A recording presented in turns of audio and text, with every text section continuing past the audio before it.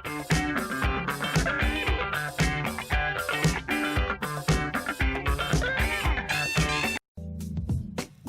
Assalamualaikum warahmatullahi wabarakatuh. Ketemu saya lagi, Coach Erik Siregar. Masih dalam obrolan santai, obrolan ringan seputar dunia motivasi, pekerjaan, bisnis, psikologi, dan lain-lain. Kali ini saya akan mencoba untuk mengangkat sebuah materi yang cukup menarik ya. Jadi dari sebuah kisah nyata, terutama yang pernah saya alami, dan beberapa cerita-cerita dari orang lain ya. Jadi seperti biasa ada kisah-kisah nyata yang saya angkat. Dan materi ini saya beri judul, boleh kehabisan uang, jangan kehabisan daya. Saya ulangi, boleh kehabisan uang, jangan kehabisan daya. Oke. Jadi saya mau cerita sedikit, sebenarnya ini adalah dari pengalaman saya. Ya mungkin Anda nggak perlu saya ceritakan ya tentang background saya masa lalu, mungkin Anda sudah tahu. Ya sekitar tahun 2009 ya, saya lupa ingat 2009. Jadi saya sudah hampir menyerah dengan kondisi kehidupan saya dan hampir saja meninggalkan kota Jogja. Kebetulan saya perantau ya saat itu.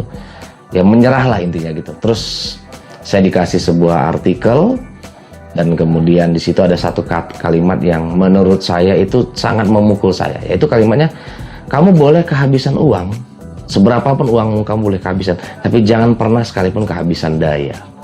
Nah kata-kata itu terngiang dalam pikiran saya. Maksudnya gimana nih? Apa yang dimaksud dengan daya gitu ya? Saya tidak akan berbicara tentang definisi ya. Anda silakan cari dengan definisi Anda. Namun saya mencoba memahami secara esensi. Daya itu apa?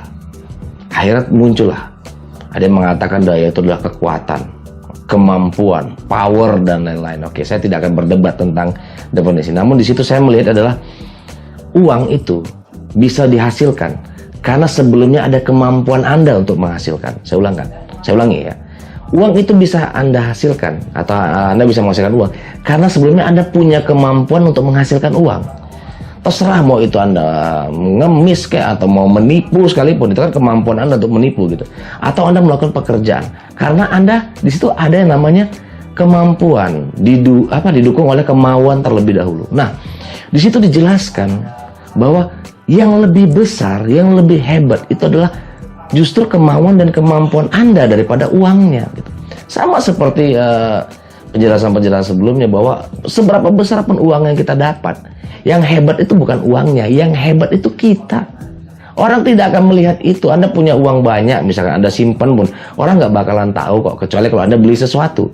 Tetapi kemampuan yang Anda miliki itu justru bisa menciptakan banyak uang. Nah, dalam artikel itu dijelaskan bahwa kalau misalkan Anda gagal, terus Anda berhenti, Anda berpikir bahwa kehidupan Anda akan berhenti. Tidak, Anda tetap harus butuh makan gitu loh. Anda butuh minum, apalagi Anda sudah berkeluarga seperti video sebelumnya. Bisa kan Anda gagal saat ini, terus Anda berpikir kehidupan Anda berhenti. Enggak, kehidupan Anda tetap berlanjut.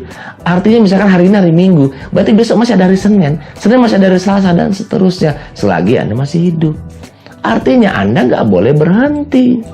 Anda nggak boleh kehilangan daya. Ingat bahwa uang seberapa besar pun yang Anda hasilkan, itu karena ada daya yang Anda lakukan.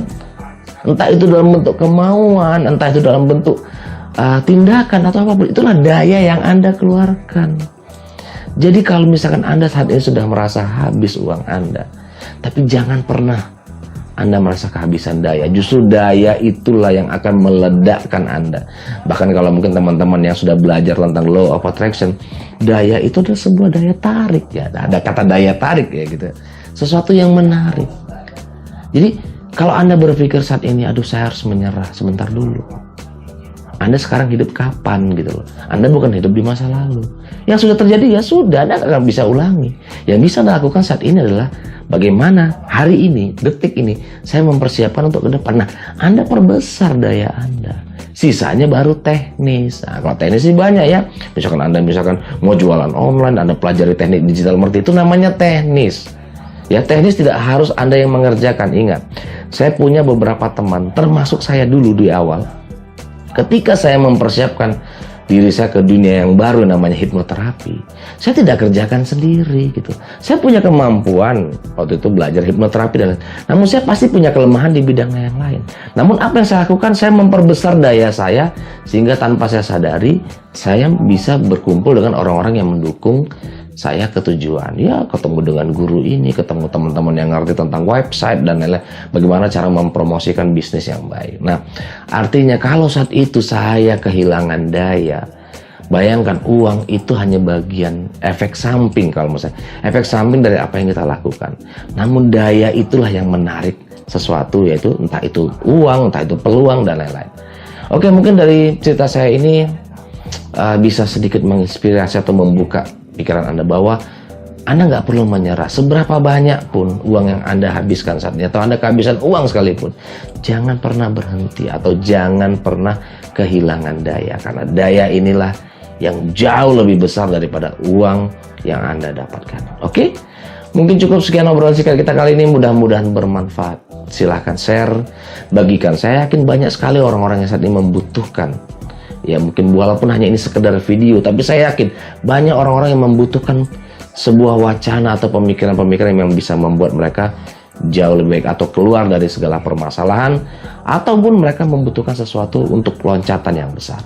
Oke, sekali lagi saya ucapkan terima kasih. Saya akhiri dengan Assalamualaikum warahmatullahi wabarakatuh. Sukses untuk kita semua.